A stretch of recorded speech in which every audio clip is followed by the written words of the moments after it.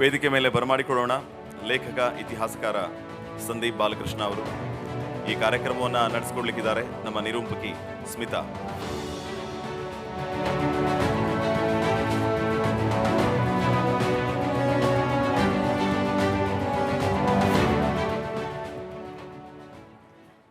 ಎಲ್ಲರಿಗೂ ಆತ್ಮೀಯವಾದ ಸ್ವಾಗತ ಮತ್ತೊಮ್ಮೆ. ಹಾಗೆ ಧನ್ಯವಾದ ಕಾರ್ಯಕ್ರಮವನ್ನು ವೀಕ್ಷಣೆ ಮಾಡ್ತಿರೋದಕ್ಕೆ, ಹಾಗೆ ಇಲ್ಲಿ ಕಾರ್ಯಕ್ರಮದ ಭಾಗವಾಗಿರೋದಕ್ಕೆ. ಇತಿಹಾಸ ಬಹುಶಃ ಸಂದೀಪ್ ಸರ್ ಕೂಡ ಇದನ್ನು ಒಪ್ತಾರೆ. ಇತಿಹಾಸ ಅನ್ನೋ ಆ ಸಬ್ಜೆಕ್ಟೇ ಅಂಥದ್ದು. ಈ ಪ್ರಪಂಚ ಅನ್ನೋದು ಯಾವತ್ತು ಶುರುವಾಯಿತು ಅವತ್ತಿನಿಂದ ಈ ನಿಮಿಷದ ಹಿಂದಿನ ನಿಮಿಷದವರೆಗೆ ಎಲ್ಲವೂ ಕೂಡ ಇತಿಹಾಸನೇ. ಹಾಗೆ ಅದರ ವ್ಯಾಪ್ತಿ ಕೂಡ ಬಹಳಷ್ಟು ಅಗಾಧವಾದದ್ದು. ಹಾಗಾಗಿ ಅರ್ಧ ಮುಕ್ಕಾಲು ಗಂಟೆಯಲ್ಲಿ ಇದನ್ನು ಹಿಡಿದಿಡೋದು ಹೇಗೆ, ಅದರಲ್ಲೂ ಸಂದೀಪ್ ಬಾಲಕೃಷ್ಣ ಸರ್ ಅಂತ ಒಂದು ಅಗಾಧವಾದ ಸಂಪತ್ತೇ ನಮ್ಮ ಮುಂದೆ ಇರುವಾಗ ಅದನ್ನು ಅರ್ಧ ಗಂಟೆಗೆ ಲಿಮಿಟ್ ಮಾಡೋದು ಹೇಗೆ ಅನ್ನೋ ಗೊಂದಲದೊಂದಿಗೆ ಕಾರ್ಯಕ್ರಮ ಪ್ರಾರಂಭ ಮಾಡ್ತಿದ್ದೀನಿ. ಸರ್, ಪ್ರಸ್ತುತ ದಿನಮಾನದಲ್ಲಿ ಆಗ್ತಾ ಇರುವ ಚರ್ಚೆಯೇ ನನ್ನ ಮೊದಲ ಪ್ರಶ್ನೆ. ಅಂದರೆ ಈ ನೆಲವನ್ನು ಹಾಗೆ ಇಲ್ಲಿನ ಜಲವನ್ನು ತಾಯಿ ಅಂತ ಹೇಳಿ ಭಾವಿಸುವ, ಪೂಜಿಸುವ ಆ ಪ್ರವೃತ್ತಿ ನಮಗೆ ಹೊಸದಲ್ಲ. ಅದು ಕೇವಲ ಕನ್ನಡ ನಾಡಿಗೆ ಸೀಮಿತವಾದದ್ದಲ್ಲ, ಇಡೀ ಭಾರತವೇ ಆ ದೃಷ್ಟಿಯಲ್ಲಿ ನೋಡುವಂಥದ್ದು. ಆದರೆ ಇತ್ತೀಚೆಗೆ ಭುವನೇಶ್ವರಿಯನ್ನು ಕನ್ನಡದ ತಾಯಿ ಅಂತ ಒಪ್ಪೋ ವಿಚಾರ ವಿವಾದ ಆಗಿಬಿಟ್ಟಿದೆ.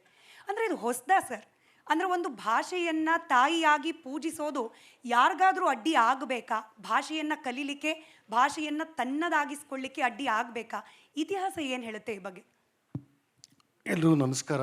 ಮೊಟ್ಟ ಮೊದಲಿಗೆ ನಿಮ್ಮ ರಿಪಬ್ಲಿಕ್ ಕನ್ನಡ ಸಂಸ್ಥೆಯವರಿಗೆ ನನ್ನ ಹೃದಯಪೂರ್ವಕ ಧನ್ಯವಾದಗಳು. Thanks for having me here. ಈಗ ನೀವು ವಸ್ತುತಃ ಒಂದು 4-5 ಪ್ರಶ್ನೆ ಒಂದೇ ಪ್ರಶ್ನೆಯಲ್ಲಿ ಕೇಳಿದ್ದೀರಾ.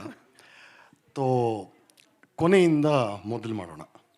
ಅಂದರೆ ಭಾಷೆ ಯಾರಿಗಾರ ಸಮಸ್ಯೆ ಆಗಬೇಕಾ, ನಮ್ಮ ಭಾಷೆನ ಪೂಜ್ಯ ಭಾವನೆಯಿಂದ ನೋಡ್ತಾರೆ, ಇದನ್ನೆಲ್ಲ ಈ ಎಳೆಗಳಿಟ್ಕೊಂಡು ಒಂದೊಂದಾಗೆ ಯಾವ ರೀತಿ ಅದನ್ನು ಬಿಡಿಸ್ಬೋದು ಅಂತ ನೋಡೋಣ. ಮುಖ್ಯವಾಗಿ ನಮ್ಮ ಪರಂಪರೆಯಲ್ಲಿ ಭಾಷೆನ, ಲ್ಯಾಂಗ್ವೇಜ್ ಅಂತಾರಲ್ಲ, ಭಾಷೆನ ಅದಕ್ಕೆ ಭಾಷಾ ಅಂತ ಕರೀತಾರೆ. ಸ್ತ್ರೀತ್ವದ ಆರೋಪಣೆ ಮಾಡಿದೆ ನಮ್ಮ ಭಾಷೆಯಲ್ಲಿ. ಸೊ ನಮ್ಮ ಲ್ಯಾಂಗ್ವೇಜ್ ಅಥವಾ ಭಾಷೆ ಅನ್ನೋಕ್ಕೆ ಬೇರೆ ಬೇರೆ ಹೆಸರುಗಳಿದೆ. ವಾಣಿ, ವಾಕು. ಸೊ ಭಾಷಾ ಅನ್ನೋದು ಆಕಾರ ಅಂತ ಸ್ತ್ರೀಲಿಂಗ ರೂಪ. ಸೊ ಭಾಷೆಯ ಅಧಿದೇವತೆ ನಮ್ಮಲ್ಲಿ ಸರಸ್ವತಿ ಇನ್ನೂ ಒಂದು ಹೆಸರು ಶಾರದೆ, ಆಯಿತಾ? ಹೀಗೆ. ಸೊ ಕಾಶ್ಮೀರಕ್ಕೆ ನೀವಲ್ಲಿ ಹೋದರೆ ಶಾರದಾ ಪೀಠ ಇದೆ, ಅಲ್ಲಿಂದ ಡೈರೆಕ್ಟ್ ಕನೆಕ್ಷನ್ ಶೃಂಗೇರಿ ಶಾರದಾ ಪೀಠ ಇದೆ.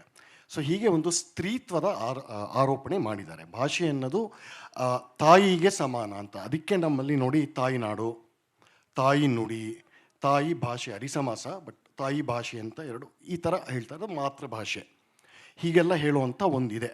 ಸೊ ಇನ್ನೂ ಒಂದು ಮೂಲ ಹೇಳಬೇಕು ಅಂದರೆ ಗೀಹಿ ಅಂತ ಕರೀತಾರೆ. ಸೊ ಗೀಹಿ ಅನ್ನೋ ಧಾತುವಿಂದ ಗೀರ್ವಾಣ ಬರುತ್ತೆ, ಗೀತೆ ಬರುತ್ತೆ. ಸೊ ಹೀಗಾಗಿ ಭಾಷೆಗೆ ಒಂದು ಹೆಣ್ತನ ಆರೋಪ, ಒಂದು ತಾಯಿತನ ಆರೋಪ ಮಾಡೋದ್ರಿಂದ ನೀವು ಭೂಮಿಗೂ ಕೂಡ ಅದನ್ನೇ ನೀವು ಹೇಳ್ತೀವಿ. ಯಾಕಂದರೆ ಈಗ ಸರಸ್ವತಿ ಯಾರು? ಬ್ರಹ್ಮನ ಪತ್ನಿ ಅಲ್ವಾ? ಸೊ ಬ್ರಹ್ಮ ತಂದರೆ ಅಂದರೆ ಆಲೋಚನೆ, ಭಾಳ ಸಿಂಪ್ಲಿಫೈ ಮಾಡಿ ಹೇಳಬೇಕು ಅಂತಂದರೆ ಆಲೋಚನೆ ಬ್ರಹ್ಮ ಅಂದರೆ ಆಲೋಚನೆ ಅಭಿವ್ಯಕ್ತಿ ಸರಸ್ವತಿ. ಸೊ ಹೀಗೆ ನಮ್ಮಲ್ಲಿ ಈ ಥರ ಎಳೆಗಳೆಲ್ಲ ಹೋಗುತ್ತೆ. ಸೊ ಒಂದು ಸ್ತ್ರೀತ್ವ, ಮಾತೃತ್ವ ಅಂದರೆ ದೇವಿ ಅನ್ನೋ ಇದಕ್ಕೂ ಬರುತ್ತೆ. ಸೊ ಸರಸ್ವತಿಗೆ ಅನೇಕ ರೂಪಗಳಿದ್ದರೂ ಕೂಡ ಈ ಭಾಷೆಗೆ ಸ್ತ್ರೀಮೂರ್ತಿ ರೂಪ ಕೊಡಬೇಕು ಅಂದರೆ ದೇವಿ ತತ್ವಕ್ಕೂ ನಾವು ಬರಬಹುದು. ದೊಡ್ಡ ಉದಾಹರಣೆ, ಇನ್ನು ತುಂಬ ದೂರ ಏನು ಹೋಗಬೇಕಾಗಿಲ್ಲ, ಕಾಳಿದಾಸನ ನಾವು ಇಟ್ಕೊಳ್ಳೋಣ. ಹೆಸರಲ್ಲೇ ಕಾಳಿದಾಸ, ಕಾಳಿ ಮಾತೆಯ ದಾಸ. ಸೊ ಪ್ರಸಿದ್ಧವಾದ ಸಿನಿಮಾನೂ ಎಲ್ಲ ಬಂದಿದೆ, ಮತ್ತು ಭೋಜ ಪ್ರಬಂಧದೆಲ್ಲ ಬಂದಿದೆ. ಬೇಸಿಕಲಿ ಅವನು ಅನಕ್ಷರಸ್ಥ ಅಂತ ಒಂದು ಪ್ರಥೆ ಇದೆ, ಒಂದು ಕಥೆ ಇದೆ. ಅಲ್ಲಿ ಕಾಳಿ ಮಾತೆನ ತಪಸ್ ಮಾಡಿದ ಮೇಲೆ ಆತೆ ಅವನಿಗೆ ಜ್ಞಾನ ಪ್ರದಾನ, ವಿದ್ಯಾಪ್ರದಾನ ಕೊಟ್ಟು ಕೊನೆಗೆ ಅವನು ಕವಿಕುಲ ಗುರು ಅಂತ ಇವೆಲ್ಲ ಇದೆ. ಹಾಗಾಗಿ ಬರೀ ಕನ್ನಡ ಒಂದು ಮಾತ್ರ ಅಲ್ಲ, ಸಂಸ್ಕೃತ ಅಲ್ಲ, ಬಹುತೇಕ ಭಾರತೀಯ ಎಲ್ಲ ಭಾಷೆಗಳಿಗೂ ಈ ಸ್ತ್ರೀತ್ವದ ಒಂದು ಆರೋಪ ಇದೆ. ಹಾಗಾಗಿ ಯಾರು ಇದನ್ನು ವಿರೋಧ ಮಾಡ್ತಾರೆ, ಯಾವ ದುರ್ದೈವ ಬಂದಿದೆ ಇಲ್ಲಿ ನೋಡಿ ಅಂತಂದರೆ, ನಮ್ಮಲ್ಲಿ ಈ ಭುವನೇಶ್ವರಿ ಅದು ದೇವಿ ಇನ್ನೊಂದು ಸ್ವರೂಪನೇ. ಅದು ನಮ್ಮ ಕನ್ನಡ ನಾಡಿನ ನಾಡದೇವತೆ ಭುವನೇಶ್ವರಿ. ದಸರಾ ಆಗಲಿ ಅಥವಾ ನವರಾತ್ರಿ ಆಗಲಿ ನಮ್ಮ ನಾಡ ಹಬ್ಬ. ಇದನ್ನು ಏನಂತೆ ನಮ್ಮ ಜನಮಾನಸದಲ್ಲಿ ಪರಂಪರಾಗತವಾಗಿ ಬಂದಿರೋಂಥ ರಿಯಲ್ ಆಚರಣೆಗಳು ನಮ್ಮ ಹಿಂದಿನವರೆಲ್ಲ ಮಾಡ್ಕೊಂಡು ಬಂದು ಈಗ ಬರ್ತಾ ಇರೋದು ಇದು ನದಿ ಪ್ರವಾಹ ಇದ್ದಂಗೆ. River cannot stand still. ಅದರ ಗುಣವೇ ಚಲನ, ಹರಿಯುವಂಥದ್ದು. ಸೊ ಅದಕ್ಕೆ ನದಿಗೂ ಮತ್ತು ನೀರಿಗೂ ಕಾಲಕ್ಕೂ ಒಂದು ಪ್ರವಾಹ ಅನ್ನೋ ಒಂದು ಆರೋಪ ಮಾಡ್ತಾರೆ ನಮ್ಮಲ್ಲಿ. ಸೊ ಒಂದೊಂದಕ್ಕೆ ನೀವು ಹುಡ್ಕೊಂಡು ಹೋದರೆ ಎಲ್ಲ ಕಡೆಯಲ್ಲಿ ನಿಮಗೆ ಲಿಂಕ್ ಸಿಗುತ್ತೆ. ಇದೆಲ್ಲ ನಮ್ಮ ಜನಮಾನಸದಲ್ಲಿ ಇದ್ದಿದ್ದನ್ನು ಇದಕ್ಕೂ ದೇವಿಗೂ ಸಂಬಂಧ ಇಲ್ಲ, ಈ ಭಾಷೆಗೂ ಧರ್ಮಕ್ಕೂ ಸಂಬಂಧ ಇಲ್ಲ, ಭಾಷೆಗೂ ಈ ನಾಡಿಗೂ ಸಂಬಂಧ ಇಲ್ಲ. ಏನಕ್ಕೆ ಸಂಬಂಧ ಇದೆ ಮತ್ತೆ? ಇಲ್ಲಿ ವಸ್ತುತಃ ನಡೀತಾ ಇರೋದು ಇಷ್ಟು ವರ್ಷ ಇಲ್ಲದೆ ಇರೋ, ಇದು ಬೇಕು ಅಂತ ಈ ಕಾಂಟ್ರವರ್ಸಿ ಹುಟ್ಟಾಕೋದು. ಇಷ್ಟು ವರ್ಷ ಇಲ್ಲದೆ ಇರೋದು ಈಗ ಯಾಕಾಯಿತು ಅನ್ನೋ ಪ್ರಶ್ನೆ ಕೇಳಬೇಕಲ್ಲ. ಸೊ ವಿವೇಕಿಗಳು ಸ್ವಂತ ಬುದ್ಧಿ ಉಪಯೋಗಿಸಿ, ನಮ್ಮ ಹಿರಿಯರು ದೊಡ್ಡವರೆಲ್ಲ ಒಂದು ರೀಸನ್ಗೆ ಇಲ್ಲಿ ತನಕ ಇಷ್ಟು 100 ವರ್ಷ ಗಟ್ಟಿಯಾಗಿ ನಿಂತ್ಕೊಂಡಿದೆ. ಯಾರೋ ಬಂದು ನಾಳೆ ಕಲ್ಲು ಹೊಡೆದ್ರು ಅಂತ ನೀವು ಯಾಕೆ ತಲೆ ಕೆಡಿಸ್ಕೊಳ್ತೀರಾ? ಸ್ವಂತ ಬುದ್ಧಿ ಯೂಸ್ ಮಾಡಿ. ದಸರಾ ಆಚರಣೆ ಬಗ್ಗೆ ನೀವು ಪ್ರಸ್ತಾಪ ಮಾಡಿದ್ರಿ. ಹೀಗಾಗಿ ನನ್ನ ಮುಂದಿನ ಪ್ರಶ್ನೆ, ನಾವು ಅಭಿವೃದ್ಧಿ ಪೂರಕವಾದ ಆಡಳಿತ ಅಂತ ಅನೇಕ ಬಾರಿ ಮಾತಾಡ್ತೀವಿ. ಆದರೆ ಬಹುಶಃ ಅಭಿವೃದ್ಧಿ ಪೂರಕ ಜನಪರವಾದ ಆಡಳಿತ ಹೇಗಿರಬೇಕು ಅಂತ ಹೇಳಿ ನಮ್ಮ ಮೈಸೂರು ಸಂಸ್ಥಾನದ ಒಡೆಯರ ಆಳ್ವಿಕೆ ಅದೊಂದು ಟೆಕ್ಸ್ಟ್ ಬುಕ್ ರೀತಿಯಲ್ಲಿ. ಆದರೆ ಇತ್ತೀಚೆಗೆ ದುರ್ದೈವ ನೋಡಿ ನಮ್ಮ ಮೈಸೂರು ಅರಸರ ಕಾಂಟ್ರಿಬ್ಯೂಷನನ್ನು ಕೂಡ ತಕ್ಕಡಿಲಿ ಹಾಕೋ ಪ್ರಯತ್ನ ಮಾಡಲಾಗ್ತದೆ. ನಾನು ಪಕ್ಷಾತೀತವಾಗಿ ಕೇಳ್ತೀನಿ, ಈಗಿನ ರಾಜಕಾರಣಿಗಳಿಗೆ ಪಕ್ಷಾತೀತವಾಗಿ ಅರಸರ ಜೊತೆಯಲ್ಲಿ ತಕ್ಕಡಿಯಲ್ಲಿ ಕೂರಬಲ್ಲ ಆ ಅರ್ಹತೆ ಇದೆಯಾ ಅಂತ ಹೇಳಿ ಖಂಡಿತ ಇಲ್ಲ, ದೃಷ್ಟಿಯಲ್ಲಿ? ಖಂಡಿತ ಇಲ್ಲ. ಘಂಟಾಘೋಷವಾಗಿ ಹೇಳ್ತೀನಿ. ನಮ್ಮಲ್ಲಿ ಈ ಏನೇನೋ ಪದಗಳು ಹೇಳಿದ್ರಿ, ಇವಾಗ ನನಗೆ ಅರ್ಥ ಗೊತ್ತಿಲ್ಲ. ಅದು ಅಭಿವೃದ್ಧಿ, ಜನಪರ, ಏನದು ಈ ಸ್ಲೋಗನ್ಗಳೆಲ್ಲ ಹೇಳ್ತಿರ್ತಾರಲ್ಲ, ಅಲ್ಲಿ ನಾನು ಇಷ್ಟು ಕೊಟ್ಟೆ, ನಾನು ಅದು ಮಾಡಿದೆ, ಅಲ್ಲಿ ಟಾಯ್ಲೆಟ್ ಕಟ್ಟಿಸ್ದೆ, ಇಲ್ಲಿ ಇನ್ನೊಂದು ಮನೆ ಕಟ್ಟಿಸ್ದೆ ಅಂತ, ಇದಕ್ಕೇನೋ ಅರ್ಥ ಇಲ್ಲ. ನಮ್ಮಲ್ಲಿ ಸರ್ವಾಂಗೀಣವಾಗಿ ನೋಡೋದು ಅಭಿವೃದ್ಧಿ. ಇದರ ಮೂಲ ಇರೋದು ನಮ್ಮ ಪರಂಪರೆಯ ಒಂದು ಸ್ಟೇಟ್ ಕ್ರಾಫ್ಟ್ ಅಂತಾರಲ್ಲ, ರಾಜನೀತಿ, ರಾಜಕೀಯ ಅಲ್ಲ. ರಾಜ್ಯದ ನೀತಿ, ರಾಜದ ನೀತಿ, ರಾಜನ ನೀತಿ, ರಾಜನೀತಿ. ಅಲ್ಲಿ ಮುಖ್ಯವಾಗಿರೋದು ನೀತಿ ಶಬ್ದ. ಸೊ ನಮ್ಮ ಬೇಸಿಕ್ ಪೊಲಿಟಿಕಲ್ ಫಿಲಾಸಫಿ ಏನು ಅಂತಂದರೆ ರಾಜ ಪ್ರಜಾವತ್ಸಲಾಹ ಅಂತ. ಅಂದರೆ ಯಾರು ಪ್ರಜೆಗಳಿಗೆ ವಾತ್ಸಲ್ಯ ತೋರಿಸ್ತಾನೋ, ತನ್ನ ಮಕ್ಕಳ ಥರ, ತನ್ನ ಕುಟುಂಬದ ಥರ ಯಾರು ನೋಡ್ಕೊಳ್ತಾನೋ ಅವನೇ ನಿಜವಾದ ರಾಜ ಅಂತ. ಅಲ್ಲಿ ಎಲ್ಲ ಬಂದು ಹೋಗುತ್ತೆ ಅಭಿವೃದ್ಧಿ ಇನ್ನೊಂದು ಅಂತ.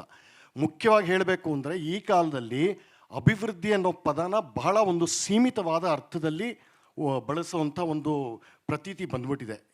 ಈಗೊಂದು 45-50 ವರ್ಷದಿಂದ ಇದು ಬಂದ್ಬಿಟ್ಟಿದೆ. ಅಭಿವೃದ್ಧಿ ಈಸ್ ಈಕ್ವಲ್ ಟು ಎಕನಾಮಿಕ್ಸ್ ಅಂತ. ಸರಿ, ಅದನ್ನು ಇಟ್ಕೊಳ್ಳೋಣ, ನಿಜ ಅಂತ ನಾವು ವಿ ಕ್ಯಾನ್ ಕನ್ಸಿಡರ್ ದಟ್. ಜೀವನದಲ್ಲಿ ಬರೀ ದುಡ್ಡೇ ಮುಖ್ಯನಾ? ಎಕನಾಮಿಕ್ಸ್ ಮಾತ್ರ ಮುಖ್ಯನಾ? ಮತ್ತು ಇವ್ರು ಹೇಳೋ ಎಕನಾಮಿಕ್ಸ್, ಇಂಥ ಎಕನಾಮಿಕ್ಸ್ ನಡೀತಾ ಇದೆ. ನಿನಗೆ ಸೀರೆ ಕೊಟ್ಟೆ, ನಿನಗೆ ಚಪ್ಪಲಿ ಕೊಟ್ಟೆ, ನಿನಗೆ ಬಸ್ ಟಿಕೆಟ್ ಫ್ರೀ ಕೊಟ್ಟೆ, ಇದೇ ತಾನೇ ಇದು ಅಭಿವೃದ್ಧಿ? ಅಲ್ಲ. ಅಭಿವೃದ್ಧಿ ಅಂತಂದರೆ ಆತ್ಮಶಕ್ತಿ ಜನಗಳೆಲ್ಲ ಇರುವಂಥ ಅಂತಃಸತ್ವಕ್ಕೆ ಪ್ರೇರಣೆ ಕೊಡೋದು. ಈ ಪ್ರೇರಣೆ ಯಾವ ದುಡ್ಡು ಕೊಟ್ಟರು ಬರೋದಿಲ್ಲ. ಈಗ ಒಂದು ಭಾಳ ಒಳ್ಳೆ ಟೆಕ್ನಿಕ್ ಕಲ್ತ್ಕೊಂಡಿದ್ದಾರೆ ಈಗ ಒಂದು 50 ವರ್ಷದಿಂದ. ನಮ್ಮ ಮತದಾನ ಅಂದರೆ ಮತ ಇದೆಯಲ್ಲ, ಅದು ಒಂದು ಟ್ರಾನ್ಸಾಕ್ಷನ್ ಆಗೋಗಿದೆ. ಸೊ ಪಾಪ ಹಿಂದಿನ ಕಾಲದಲ್ಲಿ ನಾಯಕರು ಬುದ್ಧಿಗಳು ಅಂದ್ಬಿಟ್ಟು ಬ್ಲೈಂಡಾಗಿ ವೋಟ್ ಹಾಕ್ತಾಯಿದ್ರು. ಯಾಕಂದರೆ ಅವ್ರ ಚಾರಿತ್ರ್ಯ ಆ ಥರ ಇರ್ತಾ ಇತ್ತು. ಕಾಯ ವಾಚ ಮನಸ, ಬಾಯಿ ಕೈ ಕಚ್ಚೆ ಎಲ್ಲ ಗಟ್ಟಿ ಇಟ್ಕೊಂಡಿರೋರು ಇದ್ದರು ರಾಜಕೀಯದವರು, ಹೌದಾ? ಅದಕ್ಕೋಸ್ಕರ ಅವರು ವ್ಯಕ್ತಿ ಪ್ರಭಾವ ನೋಡಿ ವೋಟ್ ಹಾಕ್ತಾಯಿದ್ರು ಹೊರತು, ನಾನು ನಿನಗೆ 2 ರೂಪಾಯಿಗೆ ಅಕ್ಕಿ ಕೊಡ್ತೀನಿ ಆಯಿತಾ, 50%ಗೆ ವಿಸ್ಕಿನ್ ಡಿಸ್ಕೌಂಟ್ ಕೊಡ್ತೀನಿ, ಇದು ಮಾಡ್ತಿರ್ಲಿಲ್ಲ. ವ್ಯಕ್ತಿ ಪ್ರಭಾವದಿಂದ ವೋಟ್ ಕೊಡ್ತಾಯಿದ್ರು. ಆಮೇಲೆ DVG ಒಂದು ಕಡೆ ಚೆನ್ನಾಗಿ ಬರೀತಾರೆ, ಇದು 1956 ಆ ಟೈಮಲ್ಲೇ ಬರೀತಾರೆ, ಅಥವಾ 62 ಏನೋ ಇರಬೇಕು. ಪಾಪ ಒಬ್ಬ ಹಳ್ಳಿಯವನು, ನಿರಕ್ಷರ ಕುಕ್ಷಿ ಹಳ್ಳಿಯವನು, ಯಾವುದೋ ಒಂದು ವ್ಯಾಜ್ಯ ಹೂಡಿರ್ತಾನೆ ಇಲ್ಲಿ ಬೆಂಗಳೂರು ಕೋರ್ಟಲ್ಲಿ. ವರ್ಷಾನುಗಟ್ಟಲೆ ಪಾಪ ಸುತ್ತಾಡಿಸ್ತಾರೆ ಆಬ್ವಿಯಸ್ಲಿ. ಕೊನೆಗೆ ಜಡ್ಜ್ ಮುಂದೆ ನಿಂತ್ಕೊಳ್ತಾನೆ. ಲಾಯರು, ಅವನ ಆಪೋಸಿಟ್ ಪಾರ್ಟಿ ಅದು ಇದು ಮಾತಾಡ್ತಿರ್ತಾರೆ. ಇವನ ಮೇಲೆ ಏನೋ ಒಂದು ಆರೋಪ ಬಂದಿರುತ್ತೆ. ಇವನು ಜಡ್ಜ್ ಮುಂದೆನೇ ಸುಳ್ಳು ಹೇಳ್ತಾನೆ.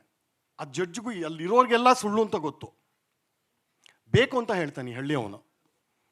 ಆ ಜಡ್ಜ್ ಕೇಳ್ತಾನೆ, ಏನಯ್ಯ ನನ್ನ ಮುಂದೆನೇ ಕೋರ್ಟ್ನಲ್ಲೇ ಸುಳ್ಳು ಹೇಳ್ತೇನೆ ನೀನು, ಎಷ್ಟು ಧೈರ್ಯ ನಿನಗೆ, ಇದ್ರ ಶಿಕ್ಷೆ ಏನು ಅಂತ ಗೊತ್ತಾ? ಅಯ್ಯೋ ಶಿಕ್ಷೆ ಕೊಟ್ಕೊಳ್ಳಿ ಸ್ವಾಮಿ, ಪರವಾಗಿಲ್ಲ. ದೊಡ್ಡ ದೊಡ್ಡ ಮಂತ್ರಿಗಳು ಎಲೆಕ್ಷನ್ ಮಾಡುವಾಗ ಸುಳ್ಳುಗಳು ಹೇಳ್ಕೊಂಡು ಮಂತ್ರಿಗಳಾಗ್ತಾರಲ್ಲ, ಅವರು ಕೊಡದೇ ಇರೋ ಶಿಕ್ಷೆ ನನಗೆ ಕೊಡಿ, ಪರವಾಗಿಲ್ಲ ಅಂತಾನೆ. ಇದನ್ನು DVG ಯಾವಾಗ ಬರೀತಾರೆ. ಹೇಗಿದೆ ನಮ್ಮ ಜವಾಬ್ದಾರಿ ಸರ್ಕಾರಗಳ ರೀತಿ ನೀತಿ ಅನ್ನೋ ಎಸ್ಸೆ, ಅದು ಯಾರು ನೋಡಿಬೇಕಾದ್ರೆ. ಸೊ ನೀವು ಇದೆಲ್ಲ ಹೇಳಿದ್ನಲ್ಲ ಲಿಂಕ್ ಆಗಿದೆ. ಅಭಿವೃದ್ಧಿ ಅನ್ನೋ ಹೆಸರಲ್ಲಿ ಏನು ಮಾಡ್ತೀರಾ? ಸೊ ವೋಟರ್ಗೆ ಮತ್ತು ಯಾರು ವೋಟ್ ಬೇಡ್ತಾರೋ ಭಾಳ ಒಂದು ಚೆನ್ನಾಗಿರೋ ಟ್ರಾನ್ಸಾಕ್ಷನ್ ಆಗೋಗಿದೆ. ನೀನು ಎಷ್ಟು ಕೊಡ್ತೀಯ ವೋಟ್ಗೆ? 2,000. ನನಗೇನು ಕೊಡ್ತೀಯ? ಇದಾಗಿದೆ. ನಿಜವಾದ ಅಭಿವೃದ್ಧಿ ಅಂತಂದರೆ ಒಳಗಡೆ ಪ್ರತಿಯೊಬ್ಬರಲ್ಲೂ ದುಡಿಯೋ ಒಂದು ಹುಮ್ಮಸ್ಸು, ಒಂದು ಆತ್ಮಶಕ್ತಿ, ಒಂದು ಆತ್ಮಸ್ಥೈರ್ಯ ಇರುತ್ತೆ. ನನ್ನ ಕಾಲ ಮೇಲೆ ನಾನು ನಿಂತ್ಕೋಬೇಕು, ಒಂದು ಸ್ವಾಭಿಮಾನದಿಂದ ಬದುಕಬೇಕು. ಇದನ್ನು ಪ್ರಚೋದನೆ ಮಾಡಿದ್ರೆ ಅಭಿವೃದ್ಧಿ ಅದು. ಈಗ ನೀವು ಕೊಡೋ ಬಿಟ್ಟಿ ಭಾಗಿಗಳು ಎಲ್ಲಿಂದನೂ ವಸೂಲಿ ಮಾಡಬೇಕಲ್ವ? ಅದು ಈ ಸರ್ಕಾರ ಆ ಸರ್ಕಾರ ಅಂತೆಲ್ಲ, ಈ ಬಿಟ್ಟಿ ಕಥೆನೇ ಇಷ್ಟು. ಈ ಉಚಿತವಾಗಿ ಕೊಡೋದು ಅನ್ನುವಾಗ ನಿಮ್ಮ ಒಂದು ಸಂದರ್ಶನದಲ್ಲಿ ನೋಡಿದ ನೆನಪು ಅಂದ್ರೆ ಬರ್ತಿದ್ದೆ. ಮೈಸೂರು ಅರಸರು ಅಂದ್ರೆ ಕಷ್ಟದ ಕಾಲದಲ್ಲಿ ಕೋಟೆಯಿಂದಾನೇ ಹಾಲು, ಮೊಸರು, ಹಣ್ಣು, ಹಂಪಲನ್ನ ಜನರಿಗೆ ತಲುಪಿಸ್ತಾ ಇದ್ರು. ಅದು ಬಿಟ್ಟಿ ಯೋಜನೆ ಆಗಲ್ಲ, ಬಿಟ್ಟಿ ಯೋಜನೆ ಅಲ್ಲ. ಹೌದು, ಜನರಿಗೋಸ್ಕರ. ವ್ಯತ್ಯಾಸ ಹೆಂಗ್ ಕಂಡ್ಕೊಳ್ಳೋದು ಅಂತ ವ್ಯತ್ಯಾಸ ಅಲ್ಲಿಗೆ ಬರುತ್ತೆ ನೋಡಿ. ಪ್ರಜಾವತ್ಸಲ ಅಂದ್ರೆ ಸಾಮಾನ್ಯದಿಂದ ಸಾಮಾನ್ಯವಾದಂತಹ ಜನಗಳು, ಅವನು ರಾಜರು ದಿನ ನೋಡ್ತಾರೋ ಇಲ್ವೋ ಅಲ್ಲ, ಆದರೆ ಇವರು ನನ್ನ ರಾಜ್ಯಕ್ಕೆ ಅವ್ರದ್ದೇ ಆದ ಒಂದು ಕಾಂಟ್ರಿಬ್ಯೂಷನ್ ಕೊಡ್ತಾ ಇದ್ದಾರೆ. ಅವ್ರ ಕಷ್ಟ ಕಾಲದಲ್ಲಿ ನಾನು ನಿಲ್ಲಬೇಕು. ಕಷ್ಟ ಇಲ್ಲದೆ ಆದರೂ ಅವ್ರ ಯೋಗಕ್ಷೇಮ ವಿಚಾರಿಸಕ್ಕೆ ಒಂದಷ್ಟು ಜನ ಅಧಿಕಾರಿಗಳು ಅಟ್ಲೀಸ್ಟ್ ಇರಬೇಕು ಅಂತ. ಈಗೊಂದು 70-80 ವರ್ಷದ ಕೆಳಗೆ ಇದ್ದಿದ್ದು ಈ ಮೈಸೂರು ಸಂಸ್ಥಾನದಲ್ಲಿ ಮೈಸೂರು ನಗರ ಇದೆಯಲ್ಲ, ಅದಕ್ಕೆ ಯಾರು ಕಮಿಷನರು, ಮುನ್ಸಿಪಲ್ ಕಮಿಷನರು, ಹೆಡ್ ಎಲ್ಲ ಇದ್ರಲ್ಲ, ಅವರು ಸ್ವಂತ ಕುದುರೆ ಗಾಡಿ ಹಾಕ್ಕೊಂಡು ಬೀದಿ ನೋಡ್ತಾ ಇದ್ರು. ಒಂದು ಚೂರು ಧೂಳುಗೀಳು ಏನಾರ ಇತ್ತು ಅಂತಂದರೆ ಯಾರಿಗೆ ಸಂಬಂಧಪಟ್ಟ ಅಧಿಕಾರಿ ಇದ್ದಾನೋ ಅವ್ನಿಗೆ ಫೈನ್ ಹಾಕಿ ದಂಡ ಹಾಕಿ ಮಾಡ್ತಾಯಿದ್ರು. ಇದು ರಿಯಲ್ ಪಾರ್ಟಿಸಿಪೇಟಿವ್ ಡೆಮಾಕ್ರಸಿ ಅಂದರೆ. ಸೊ ಇವರು ಒಡೆಯರ್ ಮಹಾರಾಜರು ಆ ವಂಶಕ್ಕೆ ಮತ್ತು ಅವ್ರ ಆಡಳಿತ ಆಗಿದೆ. ಅವ್ರು ಪರ್ಫೆಕ್ಟು ಅಂತ ಯಾರೂ ಹೇಳ್ತಾ ಇಲ್ಲ, 5 ಬೆರಳೆ ಒಂಥರ ಇರೋದಿಲ್ಲ.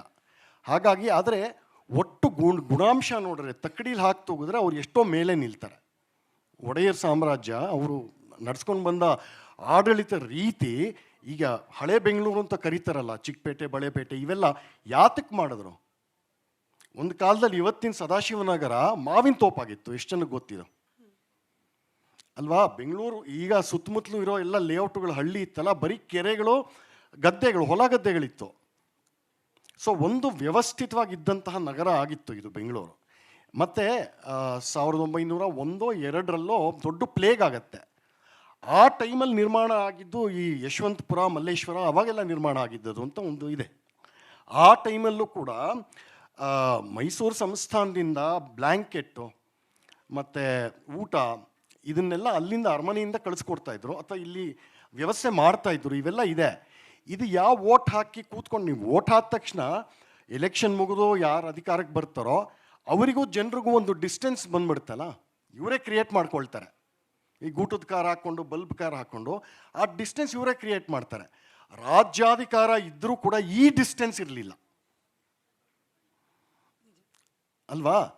So it was a very humane, ಒಂದು ಹೃದಯ ವೈಶಾಲ್ಯದ ಒಂದು ಆಡಳಿತ ಇತ್ತು ಮೈಸೂರು ಸಂಸ್ಥಾನ ಆಗಲಿ, ಬೇರೆ ಅಲ್ಲಿ ನಮ್ಮ ಈ ಕಡೆ ಬಂದರೆ ಕೂಡ ತಿರುವಾಂಕೂರವರು ಇದನ್ನೇ ಮಾಡ್ತಾಯಿದ್ರು. ಅಲ್ಲಿ ಮೇಲೆ ಹೋದರೆ ಬರೋಡಾ, ಬಿಕನೇರು, ಜೈಪುರು, ಉದಯ್ಪುರ ಇವೆಲ್ಲ ಹೆಚ್ಚು ಕಡಿಮೆ ಈ ಥರನೇ ನಡೀತಾ ಇತ್ತು. ಹುಳುಕಿಲ್ಲ ಅಂತಲ್ಲ, ಆದರೆ ಈಗಿರೋ ವ್ಯವಸ್ಥೆಗಿನ್ನ ಎಷ್ಟೋ ಮೇಲಾಗಿತ್ತು. ಭಾಳ ಮಾನವೀಯ ಸಂವೇದನೆಯಿಂದ ಕೂಡಿತ್ತು ಅನ್ನೋದು ಸ್ಪಷ್ಟವಾಗಿ ನಮಗೆ ಗೊತ್ತಾಗುತ್ತೆ. ಆ ಒಡೆಯರವರು ಮಾಡಿದಂತಹದ್ದು ಇನ್ನೂ ಗಟ್ಟಿಗೆ ಉಳ್ಕೊಂಡಿದೆ. KR, JR, ಜಯಚಾಮರಾಜೇಂದ್ರ, ಕೃಷ್ಣರಾಜೇಂದ್ರ, ಇದನ್ನು ನಂಜರಾಜು, ಇದು ಯಾವ್ದು ಬಿಲ್ಡಿಂಗ್ ಇದೆ, ಯಾವ್ಯಾವ ಮಾನ್ಯುಮೆಂಟ್ಸ್ ಇದೆ, ಅದೆಲ್ಲ ಇನ್ನೂ ಗಟ್ಟಿಗೆ ಉಳ್ಕೊಂಡಿದೆ. ಅಂದರೆ ಈ ದೂರದೃಷ್ಟಿಯ ಚಿಂತನೆ ಒಬ್ಬ ಅರಸನಿಗೋ ಅಥವಾ ಆಡಳಿತಗಾರನಿಗೋ ಇರಲೇಬೇಕು ಅನ್ನೋದನ್ನು ತೋರಿಸ್ಕೊಟ್ಟವ್ರು ಮೈಸೂರ ಸಂಸ್ಥಾನದವರು. ನನಗೆ ಇನ್ನೊಂದು ಗೊಂದಲ ಏನು ಬರುತ್ತೆ ಅಂದಾಗ, ಡೌನ್ ಸೌತ್ ನಮ್ಮ ಕರ್ನಾಟಕದ ದಕ್ಷಿಣ ಭಾಗದಲ್ಲಿ ಈಗಿರ್ತಕ್ಕಂಥ ವ್ಯವಸ್ಥೆಗೆ ಇಲ್ಲಿನ ಆಳ್ವಿಕೆ ಅಥವಾ ಅರಸರ ದೂರದೃಷ್ಟಿ ಚಿಂತನೆ ಆ ಕಾರಣ ಅಂತ ಆದರೆ, ನಮ್ಮ ಉತ್ತರ ಕರ್ನಾಟಕ ಭಾಗದ ಅಭಿವೃದ್ಧಿ ಬಗ್ಗೆ ಈಗಲೂ ಕೂಡ ಚರ್ಚೆಗಳಾಗತ್ತೆ. ವಿಶೇಷ ಅನುದಾನ ಬೇಕು ಅಂತಾಗತ್ತೆ. ಅಂದರೆ ಆ ಭಾಗದಲ್ಲಿ ಈಗಲೂ ಕೂಡ ಅಭಿವೃದ್ಧಿ ಅನ್ನೋದು ಹಿಂದುಳಿದಿರೋದಕ್ಕೆ ನಮ್ಮ ಇತಿಹಾಸದಲ್ಲಾದ ಕೆಲವರ ದಾಳಿ, ಕೆಲವರ ನುಸುಳುಕೋರಿಕೆ, ಇದು ಕೂಡ ಏನಾದರೂ ಕಾರಣನಾ? ಹಾಗಾಗಿ ಉತ್ತರ ಕರ್ನಾಟಕದಲ್ಲಿ ಈಗಲೂ ಕೂಡ ಅಭಿವೃದ್ಧಿ, ಈಗಿನ ರಾಜಕಾರಣಿಗಳು ಸಮಾನವಾಗಿ ದೋಷಿತರೆ, ನಾನು ಅದನ್ನು ಒಪ್ತೇನೆ. ಆದರೆ ಹಿಂದಿನ ಇತಿಹಾಸ ಕೆದಕಿ ನೋಡಿದಾಗ ಅಲ್ಲೇನಾದರೂ ಲೋಪಗಳು ಕಾಣುತ್ತಾ ನಮಗೆ ಅಂತ ಹೇಳಿ. ಖಂಡಿತ. ಇದು ಯಾಕೆ ಅಂತಂದರೆ, ಇದಕ್ಕೆ ಸುಮಾರು ಒಂದು 500-600 ವರ್ಷದ ಹಿಂದೆ ಹೋಗಬೇಕು. ಇವತ್ತು ನಾವು ಉತ್ತರ ಕರ್ನಾಟಕ ಅಂತ ಸ್ಥೂಲವಾಗಿ ಹೇಳ್ತೀವಲ್ಲ, ಅದು ಬೀದರ್, ಗುಲ್ಬರ್ಗ, ಬಿಜಾಪುರ, ಈ ಪ್ರಾಂತನ ವಿಶೇಷವಾಗಿ ಹೇಳಬೇಕು ಅಂತಂದರೆ ಹೈದರಾಬಾದ್ ಕರ್ನಾಟಕ ಅಂತ ಕೂಡ ಹೇಳಬಹುದು. ಇದನ್ನು ಅರ್ಥ ಮಾಡ್ಕೋಬೇಕು ಅಂತಂದರೆ ಸುಮಾರು ಒಂದು 500-550 ವರ್ಷ ಚಿಲ್ಲರೆ ಹಿಂದೆ ಹೋಗಬೇಕಾಗತ್ತೆ. ಇಲ್ಲ, ಅದಕ್ಕೂ ಹಿಂದೆ ಹೋಗ್ಬೇಕು, ಸುಮಾರು 700 ವರ್ಷದ ಹಿಂದೆ ಹೋಗಬೇಕಾಗತ್ತೆ. ಆವಾಗ ಬಂದವನು ಡೆಲ್ಲಿಯಿಂದ ಮೊಹಮ್ಮದ್ ಬಿನ್ ತುಗ್ಲಕ್ ಅಂತ, ಬಹಳ ಕ್ರೂರಿ ಮತಾಂಧ ದಾಳಿಕೋರ. ಅವ್ರು ಏನೇನು ಮಾಡ್ತಾರೋ ಖಿಲ್ಜಿ ಇವರೆಲ್ಲ ಔರಂಗಜೇಬು ಆ ಸಾಲಿಗೆ ಸೇರ್ತಾನೆ. ಅವನು ಮೊಟ್ಟ ಮೊದಲ ಬಾರಿಗೆ ಡೆಲ್ಲಿಯಲ್ಲಿದ್ದಂಥ ರಾಜಧಾನಿಯನ್ನು ಮಹಾರಾಷ್ಟ್ರದಲ್ಲಿ ಇವತ್ತು ದೌಲತಾಬಾದ್ ಅಂತ ಕರೀತಾರೆ, ಅದರ ಮೊದಲ ಹೆಸರು ದೇವಗಿರಿ ಅಂತ. ಅದು ಯಾದವರು ಆಳ್ತಾ ಇದ್ದಿದ್ದು. ಅಲ್ಲಿಗೆ ಅವನ ರಾಜಧಾನಿನ ಅವನು ಚೇಂಜ್ ಮಾಡಿಕೊಂಡು ಅಲ್ಲಿ ಡೆಲ್ಲಿಲಿ ಇಡೀ ಪಾಪ್ಯುಲೇಷನ್ನೇ ತೊಗೊಂಡು ಬರ್ತಾನೆ. ರಾಜಧಾನಿ ಅಂದರೆ ಇವಾಗ ಉದಾಹರಣೆಗೆ ಇವತ್ತು ಬೆಂಗಳೂರು ರಾಜಧಾನಿ, ಬೇಡಪ್ಪ ಬೆಂಗಳೂರು ಬೇಡ ಹಾಸನ ಅಂತಂದರೆ ನೀವು ಬರೀ ಹೊಸ ಗೌರ್ಮೆಂಟ್ ಆಫೀಸ್ ಕಟ್ತೀರಾ ಅಲ್ಲಿ ಅಷ್ಟೇ, ಆಡಳಿತದ ಸ್ಟಾಫ್ ಮಾತ್ರ ಕರ್ಕೊಂಡು ಹೋಗ್ತೀರಾ. ಇಡೀ ಬೆಂಗಳೂರು ಪಾಪ್ಯುಲೇಷನ್ನೇ ಹಾಸನಕ್ಕೆ ನೀವು ತೊಗೊಂಡು ಹೋಗಲ್ಲ. ಈ ಕೆಲಸ ಮಾಡ್ತಾನೆ ತುಗ್ಲಕ್ಕು. ಅದಕ್ಕೆ ತುಗ್ಲಕ್ ದರ್ಬಾರ್ ಅನ್ನೋದು. ಸೊ ಚಿನ್ನದ ನಾಣ್ಯಕ್ಕೂ ತಾಮ್ರದ ನಾಣ್ಯಕ್ಕೂ ಒಂದೇ ಬೆಲೆ ಕಟ್ಬಿಟ್ಟ. So economy ಬರ್ಬಾದಾಗೋಯ್ತು. ಹೀಗಾಗಿ ಮೊದಲನೇ ಸಲ ಅವನು ಅಷ್ಟು ಸಂಖ್ಯೆಯಲ್ಲಿ ಅವನು ಡೆಲ್ಲಿಲಿ ಇದ್ದಂತಹ ಇಡೀ ಪಾಪ್ಯುಲೇಷನನ್ನು ಇಲ್ಲಿ ಸ್ವಲ್ಪ ಗಂಟಲು ಕೆಟ್ಟಿದೆ, ದೌಲತಾಬಾದ್ಗೆ ಅಂದರೆ ದೇವಗಿರಿಗೆ ಶಿಫ್ಟ್ ಮಾಡ್ತಾನೆ. ಅಲ್ಲಿಂದ ನಿರಂತರವಾಗಿ ದಾಳಿಗಳು ಮಾಡ್ಕೊಂಡು ಬರ್ತಾನೆ. ದಕ್ಷಿಣದಲ್ಲೆಲ್ಲ ದ್ವಾರ ಸಮುದ್ರದಲ್ಲಿ ಅಂದರೆ ಹಳೇಬೀಡಲ್ಲಿ, ಬೇಲೂರು, ಇಲ್ಲೆಲ್ಲ ಸಿಕ್ಕಾಪಟ್ಟೆ ಲೂಟಿ ಮಾಡಿ ದೇವಸ್ಥಾನ ಧ್ವಂಸ ಮಾಡಿ ಎಲ್ಲ ಮದುರೈ ತನಕ ಎಲ್ಲ ಹೋಗ್ತಾನೆ ಅವನು. ಆ ಕಥೆ ಇದೆ. ವಿಶೇಷವಾಗಿ ಅವನು ಸತ್ತ ಮೇಲೆ ಅವನು ದೌಲತಾಬಾದಿಗೆ ಬಂದು ತಿರ್ಗಾ ವಾಪಸ್ ಡೆಲ್ಲಿಗೆ ಹೋಗ್ತಾನೆ ಅವನು ಕೊನೆಗೆ. ಅಲ್ಲೆಲ್ಲ ದಂಗೆ ಎದ್ಬಿಟ್ಟಿರ್ತಾರೆ ಅಂತ. ಸೊ ದೌಲತಾಬಾದಲ್ಲಿ ಅವನ ಆಡಳಿತ ವರ್ಗ ಉಳ್ಕೊಳ್ಳುತ್ತೆ. ಮಂತ್ರಿಗಳು, ಸೇನಾ ನಾಯಕರು ಇವರೆಲ್ಲ ಉಳ್ಕೊಳ್ತಾರೆ. ಅವರು ಸರಿ ಇವನು ಸತ್ತ ಮೇಲೆ ನಾನೇ ಸ್ವತಂತ್ರ ಸುಲ್ತಾನ್ ಅಂಥೇಳಿ ಅವರು ಕಿತ್ತಾಡ್ಕೊಳ್ತಾರೆ. ನಿಧಾನಕ್ಕೆ ಒಂದಷ್ಟು ಗುಂಪುಗಳು ಈ ಕಡೆ ಎಲ್ಲ ಬರುತ್ತೆ ಕೆಳಗೆ, ನಮ್ಮ ಈಸ್ಟರ್ನ್ ಘಾಟ್ಸ್ ಅಂತ ಕರೀತಾರೆ, ಅಥವಾ ಪೂರ್ವದ ಕರಾವಳಿ ಇಲ್ಲೆಲ್ಲ ಬರುತ್ತೆ. ಅವರೆಲ್ಲ ಹರಡ್ಕೊಳ್ತಾರೆ. ಆ ಹರಡ್ಕೊಂಡಿದ್ದಂತಹ ವಿಶೇಷವಾದ ಒಂದು ಪಂಗಡ ಮುಂದೆ ರಾಜಕೀಯದ ಅಧಿಕಾರ ಹಿಡ್ಕೊಂಡು ಬಹಮನಿ ಸುಲ್ತಾನತ್ ಅಂತ ಅವರು ಶುರು ಮಾಡ್ತಾರೆ. ಅವರು ವಿಜಯನಗರ ರಾಜರ ಆಜನ್ಮ ವೈರಿಗಳು. ಹೇಗಾರೋ ಮಾಡಿ ಇವರನ್ನು ನಾಶ ಮಾಡಬೇಕು ಅಂತ ಒಂದು 200-250 ವರ್ಷ ಜಗಳ ಆಡ್ತಿರ್ತಾರೆ. ಸೊ ಇವರು ಕಬಳಿಸ್ಕೊಂಡಂತಹ ಜಾಗಗಳು ದೌಲತಾಬಾದು, ಅದು ಔರಂಗಾಬಾದ್ ಡಿಸ್ಟ್ರಿಕ್ಟಿಗೆ ಬರುತ್ತೆ, ನಾಂಡೆಡ್ಡು, ಅಲ್ಲಿಂದ ಹಾಗೆ ಕೆಳಗೆ ಬಂದರೆ ಬೀದರ್ರು, ಬಿಜಾಪುರ, ಗುಲ್ಬರ್ಗ, ಆಮೇಲೆ ಗೋಲ್ಕೊಂಡ ಅಂತ 4-5 ಬಹಮನಿ ಸುಲ್ತಾನತ್ ರಾಜ್ಯಗಳಿದ್ದಿದ್ದು. ಗೋಲ್ಕೊಂಡ ಅಂದರೆ ಇವತ್ತು ಹೈದರಾಬಾದು, ವರಂಗಲ್ಲು, ಇಲ್ಲಿಗೆಲ್ಲ ಇವತ್ತಿನ ತೆಲಂಗಾಣ ಅಂತಾರಲ್ಲ ಅಲ್ಲಿ, ಪ್ಲಸ್ ಉತ್ತರ ಕರ್ನಾಟಕ.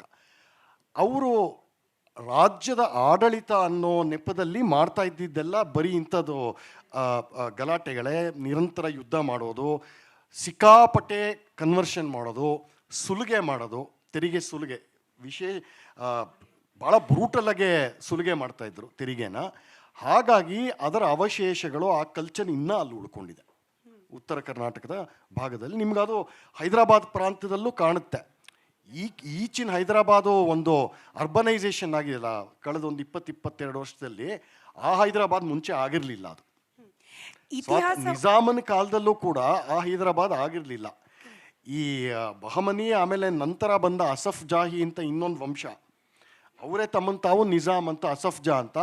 ಈ ಅಸಫ್ ಜಾ ವಸ್ತುತಃ ಔರಂಗಜೇಬ್ ಆಸ್ಥಾನದಲ್ಲಿ, ಔರಂಗಜೇಬ್ ನಂತರ ಅಲ್ಲಿ ಒಂದು ಪ್ರಮುಖ ಗವರ್ನರ್ ಆಗಿರ್ತಾನೆ. ಮೊಘಲ್ ಎಂಪೈರ್ ಸರ್ವನಾಶ ಆದಮೇಲೆ ನಂದು ಒಂದು ಚಾನ್ಸ್ ಇದೆ, ನಾನೇ ಸ್ವಂತ ಸುಲ್ತಾನ್ ಆಗ್ತೀನಿ ಅಂತ ಇಲ್ಲಿಗೆ ಬಂದ್ಬಿಡ್ತಾನೆ. ನಾನೇ ನಿಜಾಮ ಅಂತ ಹೈದರಾಬಾದಲ್ಲಿ ಅವನು ಘೋಷಣೆ ಮಾಡ್ತಾನೆ. ಅವನ ಅಂತಃಪುರ ಬಸವನಗುಡಿ ಎಷ್ಟು ದೊಡ್ಡದಿತ್ತು, ಕೇವಲ ಅವನ ಅಂತಃಪುರ.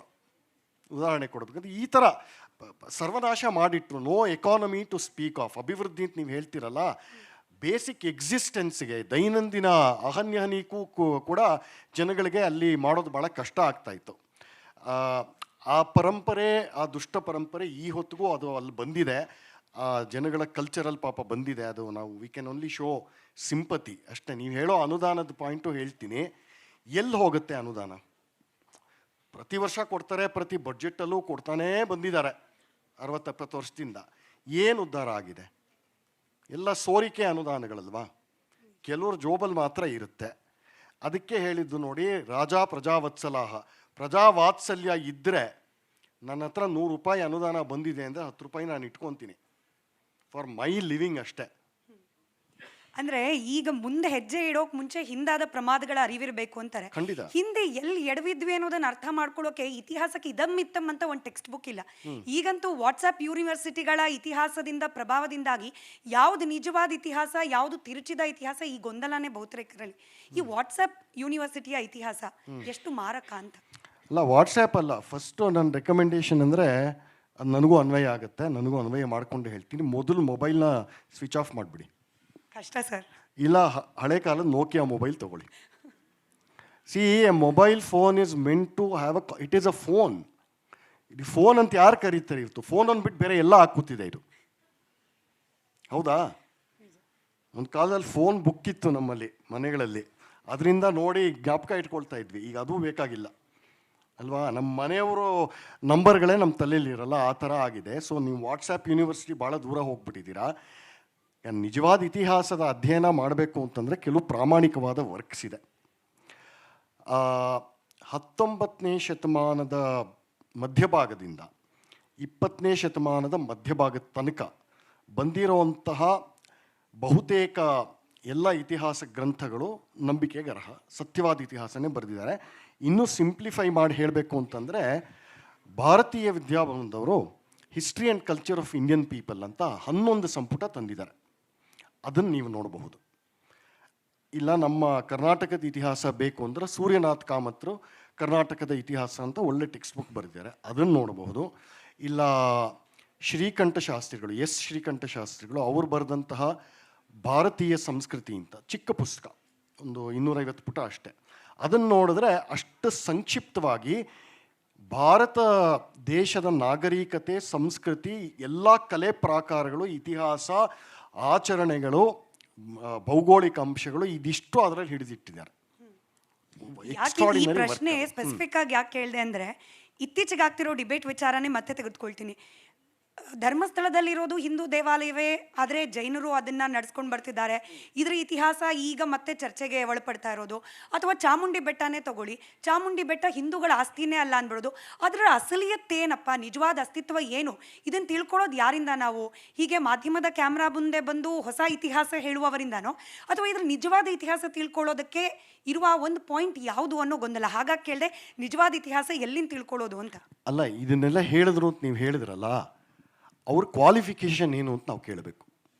ಇದನ್ನು ಮಾತಾಡೋದಕ್ಕೆ, ಇಂಥ ಸೀರಿಯಸ್ ವಿಷಯನ ಮಾತಾಡೋದಕ್ಕೆ ಅವ್ರ ಕ್ವಾಲಿಫಿಕೇಷನ್, ಅವ್ರ ಅರ್ಹತೆ ಏನು ಅಲ್ವಾ?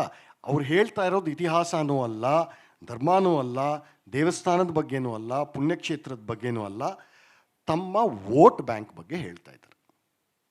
ಬೇರೆ ಇನ್ನೇನಿಲ್ಲ. ಇಲ್ಲಿ ಬರೀ ರಾಜಕೀಯ. ವಸ್ತುತಃ ಇತಿಹಾಸ ಅಂದರೆ ಅದು ಸತ್ಯಶೋಧನೆ, ಆಯಿತಾ? ಯಾರಿಗೋ ಬೇಜಾರಾಗತ್ತೆ, ಅಯ್ಯೋ ನಮ್ಮ ತಪ್ಪು ನಮ್ಮ ಹುಡುಕು ತೋರಿಸ್ಬಿಟ್ರೆ ನಮಗೆ ಅವಮಾನ ಆಗುತ್ತೆ. ಅಲ್ಲ, ಸತ್ಯ ಸತ್ಯನೇ. ಇದು ನೀರು ನೀರೇ, ನಾನು ಕುಡಿದ್ರೂ ನೀರೇ, ನೀವು ಕುಡಿದ್ರೂ ನೀರೇ, ಇಲ್ಲಿರೋ ಯಾರು ಕುಡಿದ್ರೂ ನೀರೇ, ಹೌದಾ? ಇದಕ್ಕೆ ನೀವು ಬೇರೆ ಏನಾರ ಹಾಕಿದ್ರೆ, ಸಕ್ಕರೆ ಆರೋ ಹಾಕಿ, ಉಪ್ಪಾದರೂ ಹಾಕಿ, ಯಾವುದೋ ಒಂದು ಫ್ಲೇವರಿಂಗ್ ಆರೋ ಹಾಕಿ, ವಿಷ ಆದರೂ ಹಾಕಿ, ಅವಾಗ ನೀರಾಗಿ ಉಳಿಯಲ್ಲ. ಅದೇ ಇತಿಹಾಸ ಬೇಸಿಕಲಿ. ಸತ್ಯಶೋಧನೆ ಅದು ಎಷ್ಟೇ ಕಟುವಾಗಿದ್ರೂ ನಮ್ಮ ಕಾಲದ ಸೆನ್ಸಿಟಿವಿಟಿಗೆ. ಈಗ ಒಂದು 40-50 ವರ್ಷದ ಕೆಳಗೆ ಮನೇಲಿ ದೊಡ್ಡವರಿದ್ದರೆ ಯಾರು ಬಂದರೆ, ಏನಪ್ಪ ನಿನ್ನ ಹೆಸರು ಹೊಸದಾಗೆ, ಏನಪ್ಪ ನಿನ್ನ ಹೆಸರು, ಈ ಥರ ಕೇಳ್ಕೊಂಡು ಹೋಗೋರು. ಆಮೇಲೆ ಎಷ್ಟು ನಿನ್ನ ಸಂಬಳ ಅಂತ ಕೇಳ್ತಾ ಇರೋರು. ಇವತ್ತು ಕೇಳೋಕ್ಕಾಗತ್ತಾ? It is not considered polite, ಶಿಷ್ಟಾಚಾರ ಅಲ್ಲ ಅಂತ. ಈ ಥರ ಬದಲಾವಣೆ ಆಗ್ತಾ ಹೋಗುತ್ತೆ ಹೊರತು ಇರೋ ವಸ್ತು ಅದೇನೆ. ಸೊ ನೀವು ಇತಿಹಾಸ ಅಂದರೆ ಸತ್ಯಶೋಧನೆಯನ್ನು ಇಟ್ಕೊಂಡು ನಿಮ್ಮ ಆಗ್ರಹಗಳು, ನಿಮ್ಮ ಬಯಾಸ್ಗಳು, ನಿಮ್ಮ ಸ್ವಂತ ಇಷ್ಟಾನಿಷ್ಟಗಳು ಇದನ್ನೆಲ್ಲ ಪಕ್ಕಕ್ಕೆ ಇಟ್ಬಿಟ್ಟು, ಅಲ್ಲಿ ಏನು ಮಾಡ್ದ, ಇಬ್ಬರಿಗೆ ಜಗಳ ಆಯಿತು ಅಂತ ಇಟ್ಕೊಳ್ಳಿ, ರಾಜನಿಗೂ ಮಂತ್ರಿಗೂ. ಅದು ಆಯಿತು, ಅದು ಯಾರೇ ಇರ್ಬೋದು, ಮನೇಲಾಗಲ್ವ ಜಗಳ. ಇವತ್ತು ದೊಡ್ಡ ಮ್ಯಾಕ್ಸಿಮಮ್ ಕದನ ರಣರಂಗ ಆಗಿರೋದು ಯಾವುದು ಅಂದರೆ ಡಿವೋರ್ಸ್ ಕೋರ್ಟುಗಳು. ನಮ್ಮಲ್ಲಿ ನೀವು ಶತಮಾನಂ ಭವತಿ ಅಂತ ಹೇಳಿ ಆಶೀರ್ವಾದ ಮಾಡಿ ಮದುವೆ ಆದರೆ ನೀವು ಸಾಯೋ ತನಕ 7 ಜನ್ಮಕ್ಕೂ ನೀನೇ ಶಿವ ನಾನೇ ಪಾರ್ವತಿ ಅಂತ ಈ ಥರ ಇದ್ದಿದ್ದು ತಾನೆ. ಇವತ್ತು ಡಿವೋರ್ಸ್ ಲಾಯರ್ಸ್ ಆರ್ ಮಿಂಟಿಂಗ್ ಮನಿ ಅಂದರೆ ನೋಡಿ ಎಲ್ಲೆಲ್ಲಿಗೆ ಬಂತು. ಸೊ ಆಲ್ ದಿಸ್ ಯಾಕೆ ಅಂತಂದರೆ ಈ ಆಗ್ರಹಗಳು ನಮ್ಮ ಒಳಗೆ ಇರುತ್ತೆ. ಆದಷ್ಟು ಅದನ್ನು ಪ್ಯೂರಿಫೈ ಮಾಡ್ಕೊಂಡು ಹೋಗ್ತಾ ಇದ್ದಾಗ ನಿಮಗೆ ಇತಿಹಾಸ ಯಾಕೆ ಸತ್ಯಶೋಧನೆ ಅನ್ನೋದು ತಂತಾನೇ ಬಟ್ ಅರಿವಾಗುತ್ತೆ. ಈ ಐಡಿಯಾಲಜಿಕಲ್ ಬ್ಯಾಟಲ್ ಇದೆಯಲ್ಲ ಸರ್, ಅಥವಾ ಬ್ಯಾಟಲ್ ಆಫ್ ಸಿದ್ಧಾಂತಗಳ ಯುದ್ಧ ಇದೆಯಲ್ಲ, ಇತಿಹಾಸ ನೋಡಿ, ಇತಿಹಾಸಕ್ಕೆ ಒಳ್ಳೆ ಪ್ರಶ್ನೆ ನೀವು ಹೇಳೋದು, ನಾನೇ ಮುಗಿಸ್ಬಿಡ್ತೀನಿ. ಇತಿಹಾಸ ಈ ಮಾರ್ಕ್ಸಿಸ್ಟ್ ಅವರು ಬರೋ ತನಕ ಭಾರತದಲ್ಲಿ ಮಾತ್ರ ಅಲ್ಲ, ಜಗತ್ತಾದ್ಯಂತ ಈ ಮಾರ್ಕ್ಸ್ ವಾದಿಗಳು, ಕಮ್ಯುನಿಸ್ಟ್ ವಾದಿಗಳು, ಸ್ವಯಂ ಘೋಷಿತ ಏನಂತಾರೆ ಪ್ರಗತಿಪರರು, ಈ ಥರ ಆ ಲೇಬಲ್ಸ್ ಎಲ್ಲ ಅವ್ರಿಗೆ ಅಂಟಿಸ್ಕೊಂಡು ಬಿಡೋದು. ನಾವು ಪ್ರಗತಿಪರರು ಅಂದರೆ ನೀನು ನನ್ನ ಜೊತೆ ಮಾತಾಡಬೇಕು ಅಂದರೆ ನೀನು ನನ್ನ ಕ್ಯಾಂಪಿಗೆ ಬಾ, ಇಲ್ಲ ಅಂದರೆ ನೀನಲ್ಲ ಪ್ರಗತಿಪರ ಅಂತ. ಇದು it is a psychological trick ಅಷ್ಟೇ, ಇನ್ನೇನಿಲ್ಲ. ಅಲ್ಲಿ ಯಾವ ಸಿದ್ಧಾಂತ ಈ ಥರನೇ ಇವರು ಮಾಡೋದು. ಅವರು ಬರೋ ತನಕ ಇತಿಹಾಸನ ಹೀಗೆ ನೋಡ್ತಾ ಇದ್ರು, ಸತ್ಯಶೋಧನೆ ಅಂತಲೇ ನೋಡ್ತಾ ಇದ್ರು, ಮತ್ತು ಬಹಳ ಪ್ರಾಮಾಣಿಕವಾಗಿತ್ತು. ಈಗ ಫಾರ್ ಎಕ್ಸಾಂಪಲ್ ಬುಕ್ಕರಾಯನ್ ಎಕ್ಸಾಂಪಲ್ ಕೊಡೋಣ. ವಿಜಯನಗರ ಸ್ಥಾಪಕ, ಅವನ ಬಗ್ಗೆ ಒಂದು 4-5 ಶಾಸನ ಸಿಕ್ಕಿರುತ್ತೆ. ಅದನ್ನು ನೋಡಿ ಅದನ್ನು ಅರ್ಥ ಮಾಡಿಕೊಂಡು ಒಂದು ಪೇಪರ್ ಬರೀತಾರೆ ಅಂತ ಇಟ್ಕೊಳ್ಳಿ. ಇಲ್ಲಿ ಸಿಕ್ಕಿದೆ, ಇದು ಈ ವಿಷಯಕ್ಕೆ ಸಂಬಂಧಪಟ್ಟಂಥ ಶಾಸನ, ಅಲ್ಲಿ ದೇವಸ್ಥಾನ ಕಟ್ಟಿಸ್ದ, ಅಥವಾ ಇನ್ನೊಂದು ಯುದ್ಧ ಗೆದ್ದ, ಅಥವಾ ಇನ್ನೊಂದು ಕೋಟೆ ಕಟ್ಟಿಸ್ದ, ಇದಿರುತ್ತೆ. ಇದೇ ಬುಕ್ಕರಾಯನ ಬೇರೆ ಊರಿನಲ್ಲಿ ಬರೆದಂತಹ ಶಾಸನಕ್ಕೂ ಇದಕ್ಕೂ ಮುಂದೆ ಸಿಗುತ್ತೆ ಅಂತ ಇಟ್ಕೊಳ್ಳಿ. ಉತ್ಖನನ ಮಾಡಿದಾಗ ಇನ್ನೊಂದು ಶಾಸನ ಸಿಗುತ್ತೆ, ಅದಕ್ಕೂ ಇದಕ್ಕೂ ಆಪೋಸಿಟ್ ಅಂದಾಗ ಸಮನ್ವಯ ಮಾಡಬೇಕು ಯಾವುದು ಸರಿ ಅಂತ. ಅವಾಗ ಯಾವ ಸಂಶೋಧಕರು ಮೊದಲನೇ ಲೇಖನ ಬರೆದಿರ್ತಾರೆ, ಹೊಸ ಫೈಂಡಿಂಗ್ ಸಿಕ್ಕಿ ಅದು ಸರಿ ಅಂತ ಇವ್ರಿಗೆ ಮಂದಟ್ಟಾದರೆ, ನಾನು ಈ ವರ್ಷದಲ್ಲಿ ಇದ್ರ ಬಗ್ಗೆ ಹೀಗೆ ಬರೆದೆ, ಆದರೆ ಈ ಹೊಸ ಶಾಸನದ ಬೆಳಕಿನಲ್ಲಿ ಆ ನಿಲುವು ತಪ್ಪು ಅಂತ ಹೇಳೋಷ್ಟು ಪ್ರಾಮಾಣಿಕತೆ ಇತ್ತು. ಇಲ್ಲ ಐಡಿಯಾಲಜಿ ಇರಲಿಲ್ಲ. ಇವರು ಬಂದು ಸರ್ವನಾಶ ಮಾಡಿದ್ರು. ಇದು ಪ್ರಗತಿಪರನೋ, ಇದು ಕೋಮು ಸೌಹಾರ್ದತೆಗೆ ಇದು ಇಂಬು ಕೊಡುತ್ತೋ ಅಲ್ವೋ, ಈ ಥರನೇ ಮಾಡಿಕೊಂಡು ಇವರು, ನೀವು ಐಡಿಯಾಲಜಿ ತಂದ ತಕ್ಷಣ ಯಾವ ಸಬ್ಜೆಕ್ಟು ಆ ಸಬ್ಜೆಕ್ಟ್ ಆಗಿ ಉಳಿಯಲ್ಲ. You can be a Marxist or a historian, you cannot be a Marxist historian. Okay, ನನ್ನ ಕಡೆ ಪ್ರಶ್ನೆ, ಧಾರ್ಮಿಕ ಶ್ರದ್ಧಾ ಕೇಂದ್ರಗಳು ನಮ್ಮ ಇತಿಹಾಸದಲ್ಲಿ ಬಹು ಪ್ರಮುಖವಾದ ಪಾತ್ರವನ್ನು ನಿರ್ವಹಿಸಿದ್ದು. ನಾವು ಇತಿಹಾಸ ಓದಬೇಕು ಅಂದರೆ ಆ ಪ್ರದೇಶದ ಧಾರ್ಮಿಕ ಶ್ರದ್ಧಾ ಕೇಂದ್ರಗಳು ಕೂಡ ಒಂದು ಪ್ರಮುಖವಾದ ಪಾಯಿಂಟ್ ಆಗುತ್ತೆ. ಈ ಧಾರ್ಮಿಕ ಶ್ರದ್ಧಾ ಕೇಂದ್ರಗಳು, ಅದರಲ್ಲೂ ಹಿಂದೂ ಧಾರ್ಮಿಕ ಶ್ರದ್ಧಾ ಕೇಂದ್ರಗಳನ್ನು ಟಾರ್ಗೆಟ್ ಮಾಡ್ಕೊಳ್ತಾ ಇರೋದು, ಫಾರ್ ಎಕ್ಸಾಂಪಲ್ ಧರ್ಮಸ್ಥಳ, ಇದು ಕೇವಲ ವೋಟ್ ಬ್ಯಾಂಕ್ ಪಾಲಿಟಿಕ್ಸ್ಗೆ ಮಾತ್ರ ಸೀಮಿತವಾಗಿರೋದು ಅನ್ಸುತ್ತಾ, ಅಥವಾ ಇದಕ್ಕಿಂತ ಲಾರ್ಜರ್ ಕಾನ್ಸ್ಪಿರಸಿ ಅಥವಾ ಷಡ್ಯಂತ್ರ ಇದ್ರ ಹಿಂದೆ ಏನಾದರೂ ಇದೆಯಾ ಅಂತ ಹೇಳಿ? ಎರಡು ಪ್ರಶ್ನೆಗೂ ಉತ್ತರ ಎಸ್. ಇದು ಹಿಂದೂ ಧಾರ್ಮಿಕ ಶ್ರದ್ಧಾ ಕೇಂದ್ರಗಳಿಗೆ, ತೀರ್ಥಕ್ಷೇತ್ರಗಳಿಗೆ ಬರ್ತಾ ಇರುವಂತಹ ನಿರಂತರವಾದ ದಾಳಿಗಳಿದೆಯಲ್ಲ, ಇವತ್ತು ನಿನ್ನೆದಲ್ಲ. 8ನೇ ಶತಮಾನದಿಂದ ಆರಂಭ ಆಗುತ್ತೆ. ಮೊಹಮ್ಮದ್ ಬಿನ್ ಕಾಸಿಮ್ ಅಂತ ಒಬ್ಬ ಬರ್ತಾನೆ. ಮೊದಲನೇ ಬಾರಿಗೆ ಮೂಲಸ್ಥಾನ ಅಂತ ಒಂದು ದೊಡ್ಡ ಪ್ರಸಿದ್ಧ ಸೂರ್ಯಕ್ಷೇತ್ರ ಇರುತ್ತೆ. ನಮ್ಮಲ್ಲಿ ಈಗ ಕೋಣಾರ್ಕ್ ಇದೆಯಲ್ಲ, ಆ ಥರ 12 ಪ್ರಸಿದ್ಧ ಸೂರ್ಯಕ್ಷೇತ್ರಗಳು ಇಡೀ ಭಾರತ ವರ್ಷದ ಆದ್ಯಂತ ಇತ್ತು. 12 ಅಥವಾ 16 ಭಾರತ ವರ್ಷ ಅಂದರೆ ಈ ಹೊತ್ತು ಪಾಕಿಸ್ತಾನ, ಅಫ್ಘಾನಿಸ್ತಾನ, ಬಾಂಗ್ಲಾದೇಶ್ ಅಂತಾರಲ್ಲ, ಇದಿಷ್ಟು ಸೇರಿದ ಭಾರತ ವರ್ಷ. ಅಲ್ಲಿ ಮೂಲಸ್ಥಾನ ಅಂತ, ಆ ಮೂಲಸ್ಥಾನ ಕ್ಷೇತ್ರಕ್ಕೆ ಇದ್ದಂತಹ, ಸೂರ್ಯ ಮಂದಿರಕ್ಕೆ ಇದ್ದಂತಹ ಪಾವಿತ್ರ್ಯತೆ ಮತ್ತು ಅದರ ಇತಿಹಾಸ, ಇವನು ಕಾಸಿಮ್ ಅಲ್ಲಿಗೆ ಬರೋಕ್ಕಿನ್ನ ಸುಮಾರು ಒಂದು 600-800 ವರ್ಷದ ಮುಂಚೆಯಿಂದ ಇದ್ದಂತಹ ಇತಿಹಾಸ ಇದೆ, ಅದಕ್ಕೆ ಇತ್ತು ರಾದರ್. ಅವನು ಮೊದಲು ಅದನ್ನು ಹಿಡ್ಕೊಂಡು ಪ್ರತಿಹಾರರು ಈ ಮೂಲಸ್ಥಾನನ ಹಿಡಿದಿದ್ದಾನಲ್ಲ ಇವನು ಮ್ಲೇಚ್ಛ, ಹೇಗಾರೋ ಮಾಡಿ ವಾಪಸ್ ತೊಗೋಬೇಕು ಅಂದರೆ ಅವನು ಹೆದರಿಸ್ತಾ ಇದ್ದ ಕಾಸಿಮ್ಮ, ನೀನು ಬಂದರೆ ಈ ದೇವಸ್ಥಾನ ಹೊಡೆದಾಕ್ತೀನಿ ಅಂತ.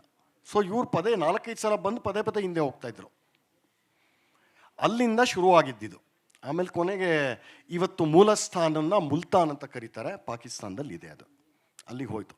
ಅಲ್ಲಿಂದ ಶುರುವಾಗುತ್ತೆ. ಅಲ್ಲಿಂದ ಫಾಸ್ಟ್ ಫಾರ್ವರ್ಡ್ ಮಾಡಿ ನಾವು ನಮ್ಮ ಕಾಲಕ್ಕೆ ಬರೋ ಹಾಗಿದ್ದರೆ, ಪ್ರಸಿದ್ಧ ಶಾರದಾ ಪೀಠ ಕಾಶ್ಮೀರದಲ್ಲಿ ಯಾವಾಗ ಧ್ವಂಸ ಆಗಿದ್ದು? ನಮ್ಮ ಕಣ್ಮುಂದೆನೇ ಆಯ್ತಲ್ಲ ಅದು, ಈಗ 40 ವರ್ಷದ ಕೆಳಗಾಯಿತು. ಅದರ ಬಗ್ಗೆ ನಾವೇನು ಮಾತಾಡಲಿಲ್ಲ ತಾನೇ. Physically it was broken. This is a different kind of attack. ಯಾತಕ್ಕಿದೆಲ್ಲ ಪದೇ ಆಗುತ್ತಂತಂದರೆ, ನೀವು ಹೇಳೋವಂತಹ ಈ ವೋಟ್ ಬ್ಯಾಂಕ್ ಪಾಲಿಟಿಕ್ಸ್ ಅಂತಾರಲ್ಲ, ಸೆಕ್ಯುಲರಿಸಮ್ ಅಂತ ಕೂಡ ಅಂತಾರಲ್ಲ, ನಮ್ಮ ಅರುಣ್ ಶೌರ್ಯ ತುಂಬ ಚೆನ್ನಾಗಿ ಹೇಳಿದರು. ಸೆಕ್ಯುಲರಿಸಮ್ಗೆ ಬೆಸ್ಟ್ ಡೆಫಿನಿಷನ್ ಕೊಟ್ಟಿರೋದು ನನ್ನ ಅಭಿಪ್ರಾಯದಲ್ಲಿ Arun Shourie. Indian secularism means branding others as communal ಅಂತ. ಇಷ್ಟೇ, ಅಲ್ಲಿಗೆ ಬಂದು ಹೋಯ್ತು ಎಲ್ಲ. ಇದು ಮತ ಬ್ಯಾಂಕ್ ಅದು ಎಲ್ಲರಿಗೂ ಗೊತ್ತಿರೋದೇ, ಹೊಸದಾಗಿ ಏನಿಲ್ಲ. ಒಂದು ವರ್ಗನ ತನ್ನ ತಾನೇ ಮೈನಾರಿಟಿ ಅಂತ ಕರ್ಕೊಳ್ಳೋ ಒಂದು ವರ್ಗನ ವೋಟನ್ನು ಒಂದು ಕಡೆ ಕನ್ಸಾಲಿಡೇಟ್ ಮಾಡಿ ಹಿಂದೂ ಸಮಾಜನ್ನು ಡಿವೈಡ್ ಮಾಡಿ ಚಿಕ್ಕದಾಗಿ ಕಟ್ ಮಾಡಿ ಇಲ್ಲೊಂದು ಪರ್ಸೆಂಟು ಅಲ್ಲಿ 10% ಇಲ್ಲ 5% ತೊಗೊಂಡು ನಾವು ನಿರಂತರವಾಗಿ ಅಧಿಕಾರದಲ್ಲಿ ಇರ್ಬೋದು ಅನ್ನೋದು ಒಂದು ಕಾನ್ಸೆಪ್ಟ್ ಇದು, ಆಯಿತಾ. ಅದರ ಒಂದು ಅಂಗ ಏನು ಅಂತಂದರೆ, ನೀವು ಮೆಜಾರಿಟಿ ಹೆಸರಲ್ಲಿ ಮೈನಾರಿಟಿ ಹೆಸರಲ್ಲಿ ಹಿಂದೂ ಧಾರ್ಮಿಕ ಸಂಸ್ಥೆಗಳನ್ನು, ಕ್ಷೇತ್ರಗಳನ್ನು, ಪವಿತ್ರವಾದ ಸ್ಥಳಗಳನ್ನು ನೀವು ಏನು ಅಟ್ಯಾಕ್ ಮಾಡಿದ್ರು ನಾವು ಸುಮ್ಮನೆ ಇರ್ತೀವಿ. ಸೊ ಹಾಗಾಗಿ ನಿಮ್ಮ ವಿರೋಧಿಗಳಿಗೆ ಇದಕ್ಕಿಂತ ದೊಡ್ಡ ಎನ್ಕರೇಜ್ಮೆಂಟ್ ಬೇಕಾಗಲ್ಲ. ಇದು ಧರ್ಮಸ್ಥಳ ಮಾತ್ರ ಅಲ್ಲ, ಈಗೊಂದು ಶನಿ ಶಿಂಗಣಾಪುರ ಆಯಿತು, ಒಂದು ನೆಪ ಬೇಕು ಇವ್ರಿಗೆ. ಶನಿ ಶಿಂಗಣಾಪುರಲ್ಲಿ ಹೆಂಗಸರು ಬರೋಂಗಿಲ್ಲ ಅಂತ ಅದೊಂದು. ಇನ್ನು ಅಯ್ಯಪ್ಪ, ಆ ಅಯ್ಯಪ್ಪದ ಮೂಲ ಕಾಂಟ್ರವರ್ಸಿ ಇಷ್ಟು ದೊಡ್ಡದಾಗಿ ಆಗೋದಕ್ಕಿಂತ ಸುಮಾರು 8-10 ವರ್ಷದ ಕೆಳಗೆ ನಮ್ಮ ನಾಡಿನ ಕನ್ನಡತಿಯೇ ಆದಂತಹ ಒಬ್ಬರು ಪ್ರಸಿದ್ಧ ಮಾಜಿ ನಟಿ ಶುರು ಮಾಡಿದ್ದು ಎಲ್ಲರಿಗೂ ಗೊತ್ತೇ ಇದೆ. ಅದಿಲ್ಲಿ ತನಕ ಹೋಯಿತು, ಆಯಿತಾ. ಏನು ಅಂತಂದರೆ ಬೇಸಿಕಲಿ ತಲೆ ಕೆಡಿಸಿ ಒಂದು ವ್ಯವಸ್ಥಿತವಾಗಿ ಶನಿ ಶಿಂಗಣಾಪುರಲ್ಲಿರೋದು ಮಹಾರಾಷ್ಟ್ರದಲ್ಲಿ, ಆಮೇಲೆ ಇನ್ನೂ ಒಂದು ಕಡೆ ಎಲ್ಲಿ ಶಬರಿಮಲೆ ಎಲ್ಲಿರೋದು ಕೇರಳ, ಧರ್ಮಸ್ಥಳ ಎಲ್ಲಿರೋದು ಇಲ್ಲಿ, ಹೀಗೆ ನಡ್ಕೊಂಡು ಹೋಗ್ತಾನೆ ಇರುತ್ತೆ. ಯಾಕೆ ಅಂತಂದರೆ ಇನ್ನು ನಮ್ಮ ಕಳೆದ ಆಂಧ್ರ ಪ್ರದೇಶ ಮುಖ್ಯಮಂತ್ರಿ ಜಗನ್ಮೋಹನ್ ರೆಡ್ಡಿ ಇಡೀ ತಿರುಮಲ ದೇವಸ್ಥಾನದ ಆಡಳಿತ ಮಂದಿಯಲ್ಲಿ ಸುಮಾರು 60% ಜನ ಕ್ರಿಶ್ಚಿಯನ್ಸು. ಇದು ಏನು ಅಂತಂದರೆ, ಆದರೆ ಹೃದಯ ವೈಶಾಲ್ಯತೆಯನ್ನು ಬರೀ ಹಿಂದೂಗಳೇ ತೋರಿಸ್ಬೇಕು ಅನ್ನೋ ಒಂದು ಇದೆ. ನಾನು ಹೇಳ್ತೀನಿ ನೋಡಿ, ಚಾಮುಂಡೇಶ್ವರಿ ದಸರಾ ಕಾಂಟ್ರವರ್ಸಿ ಕೂಡ ಅವರು ಆಕೆಯನ್ನು ಕರೆಸಿದ್ದಾರೆ. ಈಗ ಒಂದೇ ಒಂದು ಅನ್ಯ ಹಿಂದೂ ಧರ್ಮಿಗಳು ಒಂದು ಮಸೀದಿ, ದೊಡ್ಡ ಮಸೀದಿ ಆಗಲಿ, ಒಂದು ದೊಡ್ಡ ಚರ್ಚ್ಗಳಾಗಲಿ, ಯಾರ ಹಿಂದೂ ಸ್ವಾಮಿಗಳನ್ನು ಕರೆಸ್ತಾರ ಅವರು ದೊಡ್ಡ ಹಬ್ಬದಲ್ಲಿ? Why is it allowed here? ಹೋಗಲಿ, ಆಕೆ ಮೇಲೆ ನಾವೇನು ಬಾನು ಮುಷ್ತಾಕ್ ಬಗ್ಗೆ ನಾವೇನು ಹೇಳೋದೇ ಬೇಕಾಗಿಲ್ಲ. ಅವ್ರನ್ನ ಕರೆಸಿದ್ದವ್ರು ಯಾರು? ಹಿಂದುವಾಗಿ ಹುಟ್ಟಿದಂಥವ್ರು ತಾನೆ. ಸೊ ಎಲ್ಲ ಒಟ್ಟಿಗೆ ಇದೆಲ್ಲ ಕೂಡ್ಕೊಂಡು ಬರುತ್ತೆ. ಸೊ ಇವತ್ತು ಧರ್ಮಕ್ಷೇತ್ರ ಏನು ಅಂತಂದರೆ, ಈ ಪ್ರಸಿದ್ಧವಾದ ಬಹಳ ಜನಬಾಹುಳ್ಯ ಇರುವಂತಹ ಕೋಟ್ಯಾಂತರ ಮಂದಿಯ ಒಂದು ಶ್ರದ್ಧಾ ಕೇಂದ್ರ ಆಗಿರುವಂಥದ್ದು, ಬಹಳ ದೊಡ್ಡ ಪ್ರಾಚೀನ ಪರಂಪರೆ ಇರುವಂತಹ ಎಲ್ಲ ಹಿಂದೂ ಕ್ಷೇತ್ರಗಳಿಗೂ ಇದಾಗ್ತಾ ಇದೆ. ಶನಿ ಶಿಂಗಣಾಪುರ, ಅಯ್ಯಪ್ಪ ಸ್ವಾಮಿ, ಧರ್ಮಸ್ಥಳ, ನಾಳೆ ಉಡುಪಿಗೂ ಬರ್ತಾರೆ. ಅದಕ್ಕೂ ಆಗಲೇ ಥ್ರೆಟ್ ಆಗಿತ್ತಲ್ಲ ಒಂದು 4-5 ವರ್ಷದಿಂದ. ಅಂದರೆ ತಿಳಿದೇ ಇರೋಷ್ಟು ದಡ್ರಲ್ಲ ನಾವು. ಕಣ್ಣನ್ನು ಸರಿಯಾಗಿ ಬಿಟ್ಟು ಸರಿಯಾದ ದೃಷ್ಟಿಯಲ್ಲಿ ನೋಡಿದ್ರೆ ಬಹುಶಃ ಇದರಿಂದ ತಪ್ಪಿಸ್ಕೊಳ್ಬೋದು. ನಾನು ಶುರುವಲ್ಲೇ ಹೇಳಿದೆ, ಇತಿಹಾಸ ಬಹಳ ಅಗಾಧವಾದ ಟಾಪಿಕ್ಕು. ಅದನ್ನು ಒಂದು ಚಿಕ್ಕ ಸೆಷನ್ಗೆ ಹಿಡಿದಿಡೋ ಪ್ರಯತ್ನ ನಾನು ಮಾಡಿದ್ದೀನಿ. ತುಂಬ ಹೃದಯದ ಧನ್ಯವಾದ ಸರ್ ನಮ್ಮ ಕಾರ್ಯಕ್ರಮದಲ್ಲಿ ಭಾಗಿಯಾಗಿದ್ದಕ್ಕೆ. ಧನ್ಯವಾದ, ನಮಸ್ಕಾರ.